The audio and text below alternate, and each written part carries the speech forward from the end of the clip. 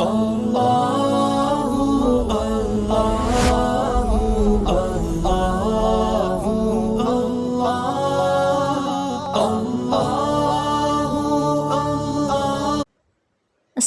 علیکم ورحمۃ اللہ وبرکاتہ۔ الحمد للہ وحدہ والصلاة والسلام علی من لا نبی بعدہ، اما بعد فاعوذ باللہ من الشیطان الرجیم، بسم اللہ الرحمن الرحیم۔ محترم سامعین، آج کا عنوان ہے نماز کی اہمیت اور اس کی فضیلت۔ نماز اسلام کا ستون ہے، نماز اسلام کا پلر ہے۔ نماز ایسی چیز ہے، اگر قیامت کے دن یہ صحیح ہے تو باقی کے تمام چیزیں صحیح ہیں۔ اگر یہ ناکامیاب ہے اور اگر یہ ناقص ہے تو باقی کے اعمال بھی ناقص ہیں۔ اللہ تبارک و تعالی قرآن مجید میں ارشاد فرماتا ہے، ان الصلاۃ کانت علی المؤمنین کتابا موقوتا، بے شک نماز مومنوں پر مقررہ وقت پر فرض ہیں۔ حضرت عبداللہ بن مسعود رضی اللہ تعالیٰ عنہ سے روایت ہے کہ رسول اللہ صلی اللہ علیہ وسلم نے فرمایا، سب سے پہلے قیامت کے دن بندے سے نماز کا حساب لیا جائے گا۔ اگر وہ درست ہوئی تو وہ کامیاب ہوگا، اگر ناقص ہوئی تو وہ ناکام اور خسارے میں ہوگا۔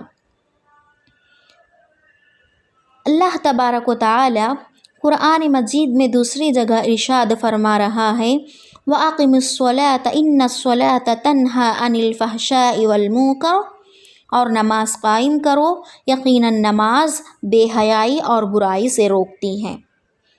حضرت ابو ہریرہ رضی اللہ تعالیٰ عنہ سے روایت ہے کہ نبی کریم صلی اللہ علیہ وسلم نے فرمایا، اگر تم میں سے کسی کے دروازے پر نہر ہو اور وہ اس میں روزانہ 5 وقت نہائے تو کیا اس پر کوئی میل رہ جائے گی؟ صحابہ نے کہا، نہیں۔ آپ صلی اللہ علیہ وسلم نے فرمایا، یہی مثال 5 نمازوں کی ہے، اللہ ان کے ذریعے گناہوں کو مٹا دیتا ہے۔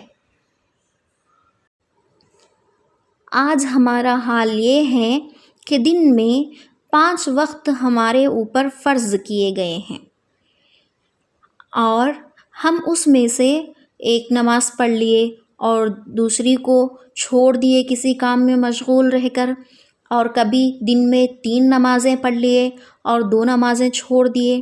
لیکن اللہ تبارک و تعالی نے ہمارے لیے 5 وقت کی نمازیں مقرر کر دیے ہیں، اور اسی طرح نماز چھوڑنے والے کی سزا کیا ہے اور نماز چھوڑنے پر کیا وعیدیں ہیں، اس کے اوپر انشاءاللہ دوسرے عنوان اسی کے اوپر ہوگا۔ فی الحال اللہ کے رسول صلی اللہ علیہ وسلم نے ایک حدیث فرمایا، اس کے راوی حضرت براء بن عازب رضی اللہ تعالیٰ عنہ ہے، منافقین کے لیے سب سے بھاری نماز عشاء اور فجر کی نماز ہے۔ اگر وہ جانتے کہ ان دونوں نمازوں میں کتنی برکت ہے تو گھسیٹتے ہوئے بھی آتے۔ اور اسی طرح دوسری حدیث ہے جس کے راوی جابر رضی اللہ تعالیٰ عنہ ہے کہ نبی کریم صلی اللہ علیہ وسلم نے فرمایا، بندے اور کفر کے درمیان فرق نماز کا چھوڑنا ہے۔ صحابہ کرام رضی اللہ تعالیٰ عنہم اجمعین کے صحیح احادیث کے اندر بہت سارے واقعات مشہور ہیں، لیکن میں آپ لوگوں کے سامنے 2 مختصر واقعات بیان کرتی ہوں۔ حضرت عمر بن خطاب رضی اللہ تعالیٰ عنہ کا معمول تھا کہ وہ رات کو لمبی نمازیں پڑھتے تھے۔ ایک رات آپ نے سورہ یوسف پڑھی اور روتے روتے آپ کی داڑھی تر ہو گئی۔ آج ہمارا معمول یہ ہے کہ رات کی لمبی نمازیں تو چھوڑیے، ہم دن کی جو 5 وقت نمازیں ہمارے اوپر فرض کی گئی ہیں ان نمازوں کو پڑھنے میں بھی سستی اور کاہلی برتتے ہیں۔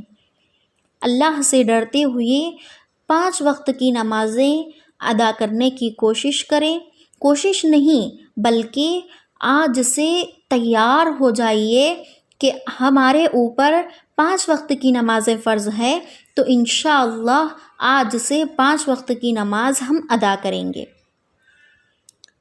حضرت بلال رضی اللہ تعالیٰ عنہ کو دیکھا گیا کہ وہ فجر کی اذان دینے کے بعد مسجد کے ایک کونے میں کھڑے ہو کر دعا کر رہے ہیں۔ رسول اللہ صلی اللہ علیہ وسلم نے ان سے پوچھا، اے بلال، یہ کیا دعا ہے؟ انہوں نے کہا، یا رسول اللہ، جب میں اذان دیتا ہوں تو فرشتے میرے لیے دعا کرتے ہیں، اس لیے میں بھی دعا کرتا ہوں۔ آپ صلی اللہ علیہ وسلم نے فرمایا، تمہاری دعا قبول ہوئی۔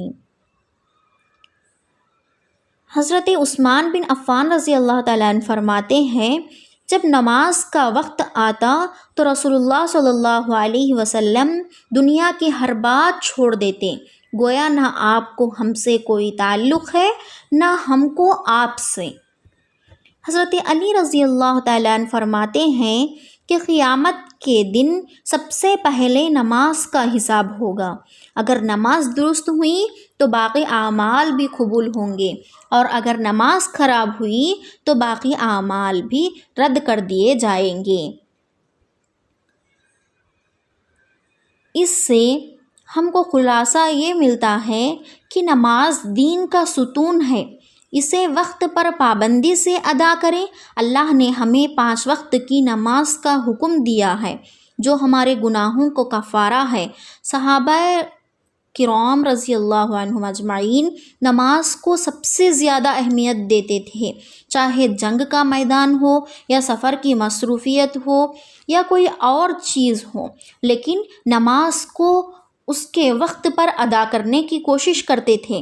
اگر وہ نماز وقت پہ ادا نہ ہوئی تو وہ بہت بے چین محسوس کرتے تھے، لیکن آج ہم اذان بھی ہوئے تو ہم اتنے دوسرے کاموں میں مصروف ہو جاتے ہیں کہ اذان کو سنتے بھی نہیں ہیں، اور نہ ہی نماز کی اہمیت ہمارے دلوں میں موجود ہے، اور نہ ہی نماز کا خوف ہے، اور نہ ہی اگر ہم اندازہ لگائیں صحابہ اکرام سفر میں، جنگوں میں، ہر جگہ بھی جتنے بھی مشکلات ہو اور ان کو جتنی بھی سزائیں دی جاتی تھی اس دور میں، لیکن وہ نمازوں کو کبھی نہیں چھوڑتے تھے۔ لیکن آج ہمارے لیے سب سے بڑی شرم کی بات یہ ہے کہ آج ہمارے لیے کوئی بھی ظلم نہیں کر رہا ہے، ہمارے لیے کوئی بھی تنگی نہیں ہے، ہر چیز کی آسائش ہے، پھر بھی آج ہم